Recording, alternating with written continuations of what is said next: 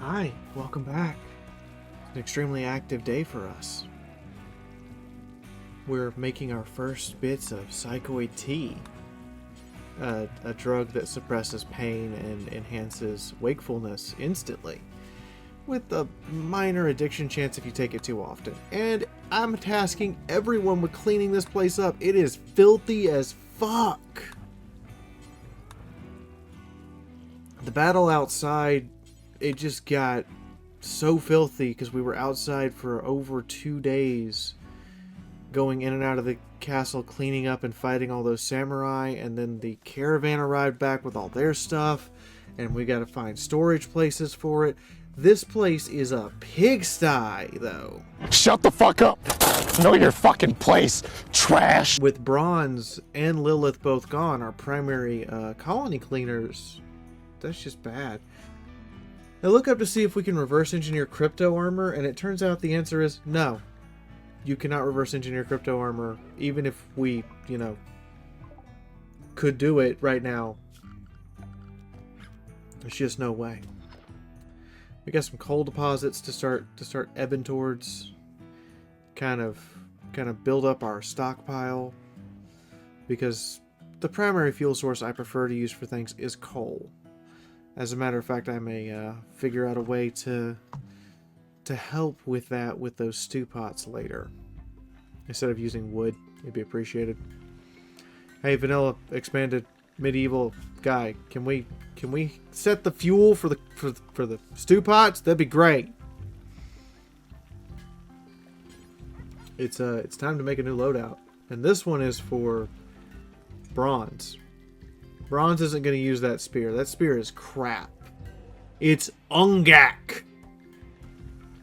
You hear me? Ungak.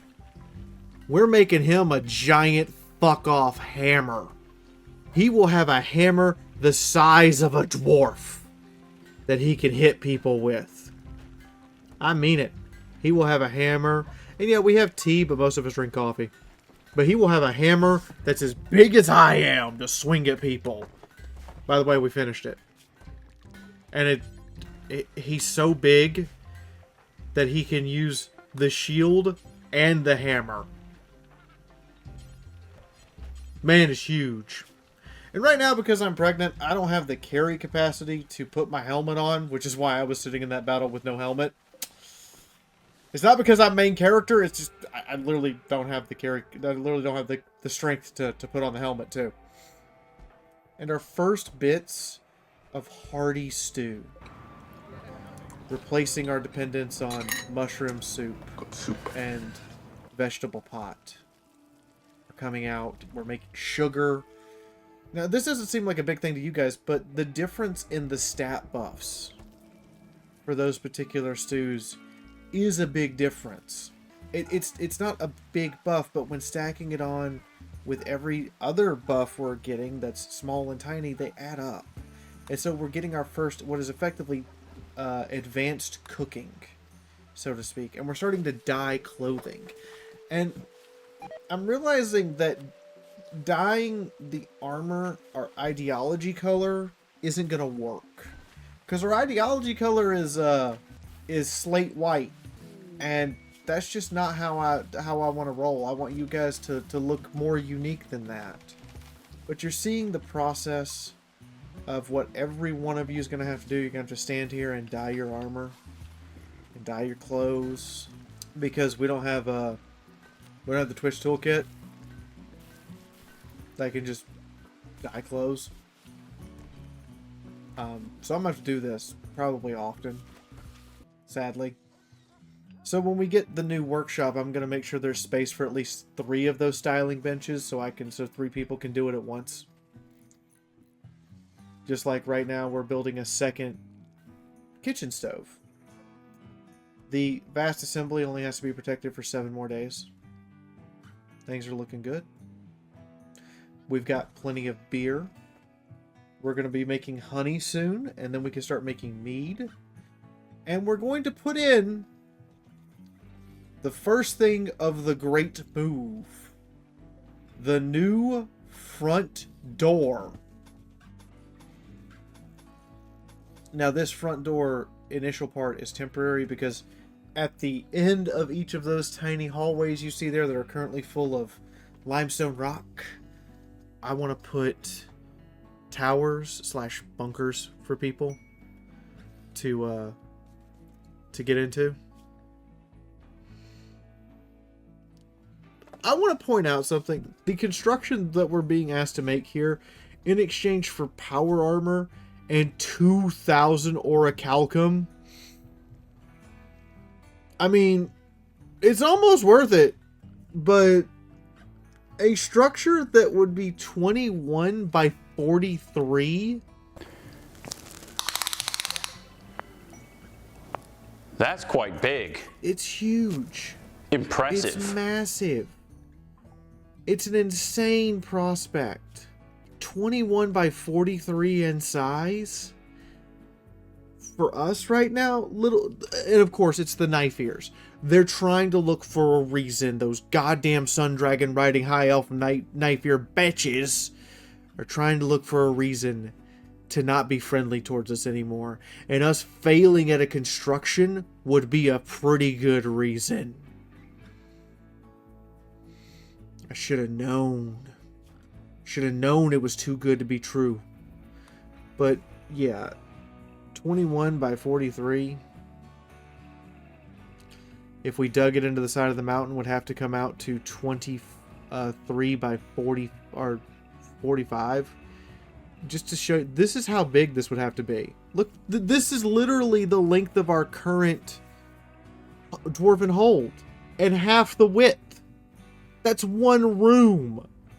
That's how much we'd have to dig into the mountain to build that. 945. Absolutely not. We are not doing that one. You better come back and renegotiate that shit. Bronze has his extra large bed and has apparently begun dating someone. And if you look at the top of the screen, the different colors on the right side of characters are how you're able to link relationships. So Bronze has an orange heart, and if you look over, Lori does too. I have a rose pink heart, so does Final Sight. Candledraw has a dark pink heart, so does Adagio. Stargazer has a yellow heart to Lilith's. But now I'm sitting here and I'm going... Also, the color is based on the person's favorite color of who asked who out. In the meantime, we've added another little mod. There's just link to the full mod list in the description. The links are up to date and current rather than I update them all the links every time I change the mods. But in this case, it's added medieval level firearms that can be researched with medieval level technology. And it's added cannons, including swivel turret cannons. A 32 pounder, as a matter of fact. And then I noticed that the actual cannon research is way out of place. We do have to research a bunch of stuff first. And it's very unlikely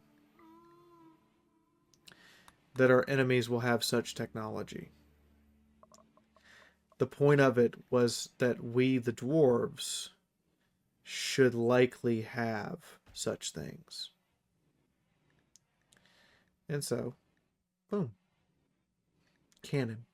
We need engineering and gunpowder. And to get gunpowder, we need a tome of instruction on how to get black powder before we can build the cannon. To show you the incredible strength of flex shot, I'm gonna blast huge holes through the bottom of that boat with this giant cannon.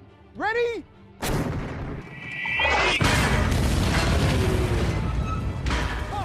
Power. In the meantime, we're fighting a plague.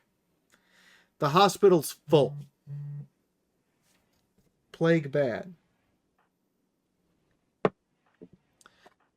But we will probably win against this plague. It will just take a lot of time.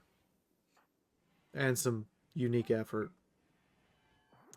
I also remember that Candledraw has the Paladin tree, primarily to be able to use shields and for battlefield stabilization of allies, but Word of Immunity is something she can do, which will help 2 people. And then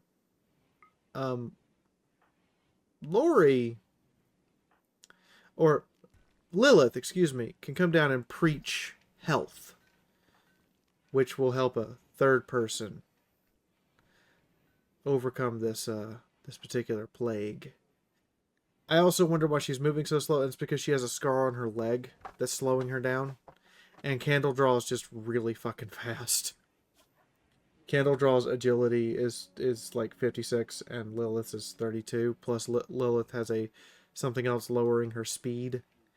So, makes sense. Again, in episode 10.5, we're going to go over everybody's stats and different combinations of stuff. I temporarily gave Bronze the bad helmet. I figure he'd be really hard to hit in the head. He's kind of really tall. Sometimes foreshadowing is relatively obvious.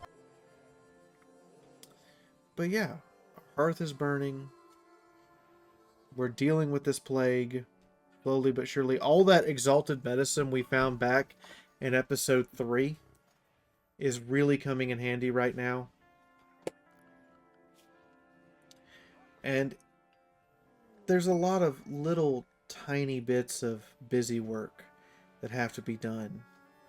As somebody just finished a legendary work. What's going on over there? I guess we'll never know. Anyway, I decided Candle Draw's got enough physical dexterity, and their primary job is murder. Yeah, that's going to get said a lot. They are our first paladin. Adagio might be the axeman, but they are our first paladin. So, we're going to get Bronze to work on his intelligence. We're going to work on intelligence just a little bit for Bronze, to bring the objective being to bring him out of the negative. Rather than, make him super smart. It's just to make him average. And in the meantime, I noticed Lilith keeps not sleeping, and it's because she has the workaholic trait. And that's just not good. It's just not good. She's also currently the 2nd weakest member of the colony, with Night Lexic being the actual least strong person in the colony. Strength literally relates to how quickly you... Whereas Constitution indicates hit points and ability to resist disease, strength is how quickly you get tired. It makes sense to give the strength stat something else besides carry weight and melee damage. I'm going to be honest. It's a balancing factor rather than one that's supposed to make sense. I'm moving all the stones out front to our new forward wall. This will also make the animatry meditation more beneficial because we'll be moving the interfering section away. And we need to disassemble all of those traps. They're unnecessary now. Because we have a new front door. And the wall we're building up there is going to be our 2nd line of defense. You're like, why would that be a 2nd line of defense? Because everything right now is temporary. You'll see, but all these rooms down here are going to be guest rooms. And now it's just clean up after the workshop expansion and continue to fight plague. And people are starting to acquire traits because of this plague, including Night Lexic getting chemical fascination. Ugh. It's not a good time. Not a good time at all. It is a plague. What was I expecting? I'm gonna have Lori get up and use her psychic powers real quick to mend the crypto armor. We tried to mend and then try to upgrade on the heavy crypto armor, and it did not, in fact, untaint it, which was my idea for how to remove the taint factor. And now you can see that it actually doesn't provide like 6 mil, it provides 12 to 18 millimeters of sharp protection. I mean, I know that was just a brief blip, but that's it normal. We're going to enhance it to masterwork. We're going to give the helmet to one person and the armor to another. I know you're like, why wouldn't you give someone a complete set? Well, because the helmet gives a bonus to aimed shot accuracy, not melee accuracy. But the armor is clearly for someone who's going to be on the front line fighting. So, split the difference kind of makes sense. I know some of you have made it this far in the video without liking the video. You know what to do. I know some people probably are in the comments right now too, recommending self-dying and stuff. Leave comments. Let me know what to name these animals. We got some wolves we need to rename. I know I've got a sloth wandering around somewhere that needs to be renamed. We got plenty of grizzly bears. If you got some grizzly bear names besides Yogi, I'm in. I'm in. Let's go. I don't mind naming one of them Cocaine Bear. That's an idea. I should name a bear Cocaine Bear. Remind me, I should name a bear Cocaine Bear. I do notice outgrowing around us some apple trees. We're not growing apple trees. We haven't had the manpower or the space. Wild apple trees. That seems awfully useful. At least for a time. It will be awfully useful. However, I know, having already played a bunch of this in order to make all these videos, that something's going to happen. And it's gonna make those wild apple trees a we used to have them kind of thing. Now I see a bunch of random apparel bits back here that I'm going to now set up time to recycle. This is kind of a maintenance episode because we have a plague to deal with. A lot of what we're doing is colony maintenance. I can't send out a raid party right now because, let's face it, half the colony's in bed. We're down to 2 people who still have the plague and 1 person who's about to have a baby. I understand I have 10 colonists. I think. Is that 10? 5, 10, 11. I understand I have 11 colonists. But with 3 of you being sick, if I sent out 3 more people, that would leave us with 5 actual people who were at 100% combat strength. And even then, even though some people have overcome the plague and developed immunity, they still have the debuff from the plague. Lori is also now an insomniac. I'm sorry, Lori. It also kind of sucks to me that self-reflection keeps generating negative traits. I'm sorry, self-reflection shouldn't always generate negative traits, especially from disease. Usually people from disease develop positive traits afterwards and new positive outlooks on life. The storage area here in the freezer unit has gotten a bit unstable, and also due to the heat increase, because the heat has gone up compared to last summer when we first moved in, and the number of creatures going in and out, we now have to have those ice crystals in the freezer at all times in order to keep stuff cold. We cannot we can't afford to not have that ice crystal in there. So Solar's gonna have to make sure that ice crystal is fresh before she goes out during the summer. How it is, don't know what else to say about it until we get a bigger freezer. Now everyone has healed up. As you can see, time has passed. We're in midsummer now, whereas at the start of the video we were in late spring. I can send out a couple people. I got to find some amount for them. So we're going to send out Candledraw and Adagio. They make a pretty good team. They're a married couple too. And the Psychic Bond debuff isn't going to apply to them because they're going to be together. So the Psychic Bond debuff doesn't apply. I know they're going to need more than a day of supplies. So I'm trying to make sure to send them with plenty of supplies. I know it said 96 days. But we're going to send them out. And their objective is going to be to assault a base. The orc base. The orcs haven't attacked us yet. But I imagine they placed that base there with the intent to do so. They are orcs. And our #1 grudge. Yeah, I brought back the Book of Grudges. It's been 5 episodes since you saw the Book of Grudges. But it says, don't trust greenskins. It's the Great Grudge. The greatest grudge of all time.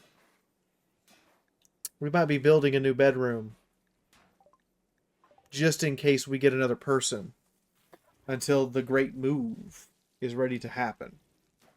The great move is going to require a great deal of stone, which we are going to begin making. And Final Sight's playing at the calligraphy desk, though he's playing with it upside down. He's practicing his calligraphy upside down. I understand now why Elvish handwriting looks like gibblegook. It looks like gibberish. Because, you know, they practice it upside down. But we're going to need a lot of stone. So you see me going out here looking for random bits of stone that we haven't hauled in yet. And we're hauling it over to our areas. And you're like, you've got plenty of stone. No, we're gonna need a lot of stone blocks, like a massive quantity. I'm just gradually increasing the amount we keep in storage for right now until we're ready to really bring it in. And we're going to begin reverse engineering some more shenaniganery. And I noticed a sky steel axe and realized, oh, that's my old sky steel axe. I should disable that until I can figure out who's going to use it. They're actually going to a component work site. And you're wondering, well, don't you need basic components? You're playing medieval. Well, components allow us to make advanced weaponry. And so they've arrived at the site. Yeah, I know. I jumped to them arriving at the site because nothing happened. Literally for an entire day, nothing happened. They arrive at the component site, and it's being run by a bunch of bushi with their giant fucking... I think that's a beaver or it's just a rodent. And I position Candle Draw right here on the corner, and they... I mean, Candle Draw murder montage.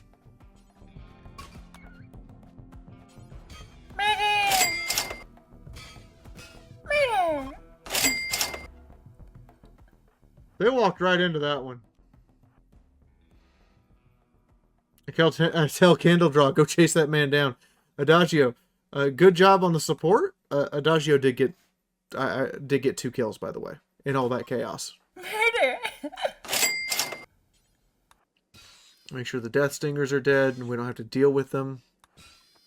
This time the Death Stingers benefited us because all our enemies rushed out after them and left the base open so we could position ourselves. Now we're going to have a look inside. And holy shit. Rebirth potions and healing potions. Plus, I mean, there's components from those items.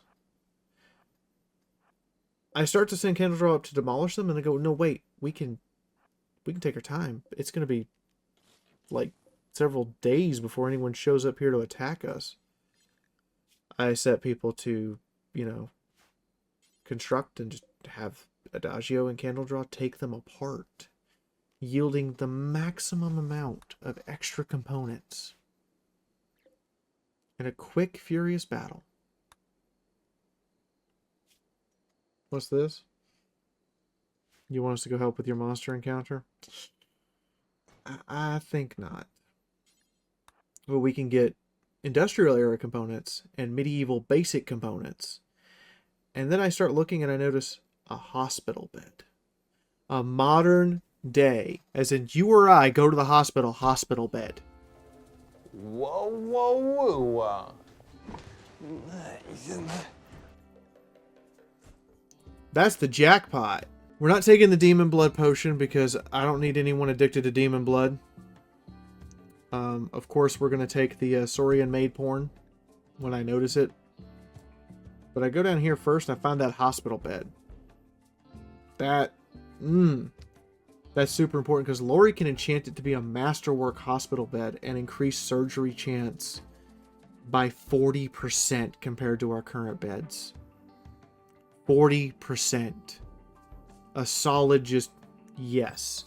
I see the sword lance and realize it can help us learn pole arms through reverse engineering. So we're going to take the sword lance and take the steel. Sure.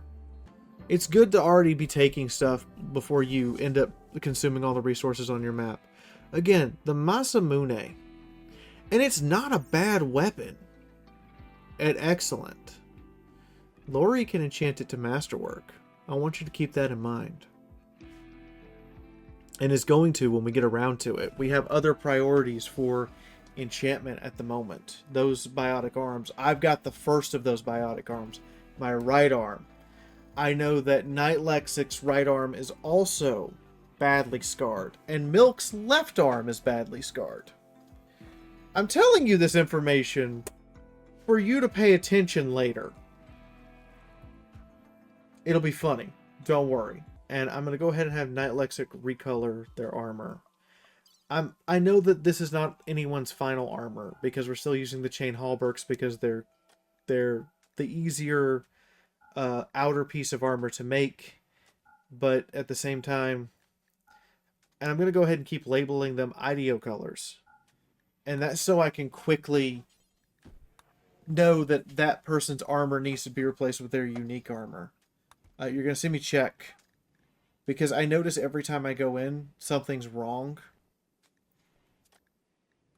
With the styling station, I'm trying to figure that one out.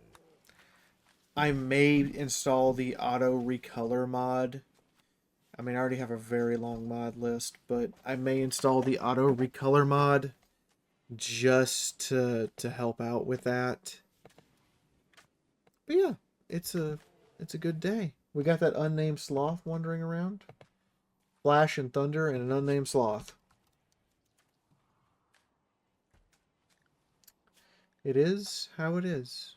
And I'm reminding myself I need to save often. Save often. You're using a shitload of mods. If something goes wrong, you would have a bad time. And I look at this and I'm like, I don't... The Janissary Cuirass is probably one of the worst, absolutely worst pieces of power armor. It's that bad. I'm just looking to the future, trying to figure out how to break that electricity barrier to get hospital beds because we can't reverse engineer the hospital bed right now. Can't do it. We're just going to have to take advantage of the fact that it's an ancient piece of technology that could be used to replace our worst bed. So we're going to. Our worst bed in our hospital will get replaced now. And Lori's going to sit out here and blow all of her mana. And instead of making new equipment, we're going to make a really good doctor bed. Despite being outside, 83% surgery factor. Can improve stuff to masterwork. I tell Milk, I know you want to smoke a doobie, but this is important. By the way, while Adagio and Candle Draw were gone for a day, I did have everyone clean the place up. So a lot of and I did reorganize where the animals were allowed to go to decrease the filth. But overall, that hospital bed's a huge improvement. Now our chief export as dwarves is beer. We have a little bit of gold ore, not enough to really thread over. And then I noticed, hey, they're buying shitty old weapons that we happen to have lying around that maybe we don't need anymore. I should sell them some of these extra weapons that we definitely aren't going to use. Like that terrible spear that Bronze has. Just going through the list, looking for stuff that I can either make another copy of, or stuff that we don't need to reverse engineer, or that we just have too many of. I can make more town gloves. I can't make more elven boots. I'm tempted to sell the elven boots because they're really, really, really pricey. Because they're made of lidworm, that giant fuck-off snake from episode, I think, 2 or 3? It's been a while. You got Flash and Thunder. We need another Mega Sloth name. They're all male, by the way. I'm going to go ahead and sell some rocks. I'm trying to keep the animal count down, both for game stability and just generally our ability to feed all of them. Yeah. Eventually, I would like to get enough I would like to get 2 more Mega Sloths, and then we can start using Mega Sloths as our primary pack animal. And nobody wants to mess with a bunch of Mega Sloth. Nobody. Future Fiaura here. Abandon Cocaine Bear. Embrace Cocaine Mega Sloth and Mega Wolverine. You will appreciate this. Just finding the little things that we can export. Getting our first samples of Promethium and explosive compound known as FSX. It's basically the catch-all for explosive cake in rimworld. It's nice to have. But we'll need those compounds later for cannons, so starting to accumulate them now, probably a good idea. And the Shining Company, who are the other clan of High Elves, they're vegan vampire psychers. So they're not vampires, but they do suck, you know, all of the life out of people for their own to augment their own psychic powers. They're soul drinkers. Man, that's some edgy elf shit. Edgy elf shit. Pansy elf shit. I realize that Bronze probably doesn't need to recolor his stuff. But his favorite color should not be Sky Steel Blue. It should be Bronze. Just how Bronze is. One day, Bronze, you might get married to Lori. And then we'll all have questions. I know that suit of full plate that he has, by the way, is not his final armor, and I'm marking it as such by making it the ideology color. And I realize we're out of dye because we've been painting the walls. You guys may have noticed we've been painting the walls, and I know we don't need that much cotton anymore. We should expand the dye zone. And I'm also noticing some lagging. I'm trying to figure out why. I got the readout. That's all I needed. And we end today's episode with a dip in the hot tub. Lori, Solar, and Lilith all sharing a girl's early 3 a.m. morning girl night shift in the hot tub. Hope they enjoyed their dip. Hope you enjoyed your time here. Thank you for still being here. I've got one more pre-recorded episode while I'm at the convention.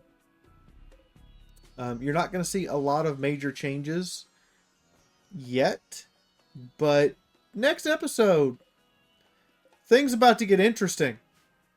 Real interesting. In the meantime, enjoy this preview. Hello, Future Fiaura here. There's actually no preview for this one because episode 10, there's stuff that happens in there that if I gave you much of a preview, it would be spoiler territory. So instead I'm going to sit here and thank Insane Scorpio, you're awesome, and someone named Candle Draw for some reason. You'll figure out why later probably. Skyline! Are you really a Skyline? I have to know. Like, I honestly do. Sky Arrow. Why are there so many people named Sky in here? Do you guys just like to fly? I see you all soaring high up there. And Tony Strandberg. Good night, everyone.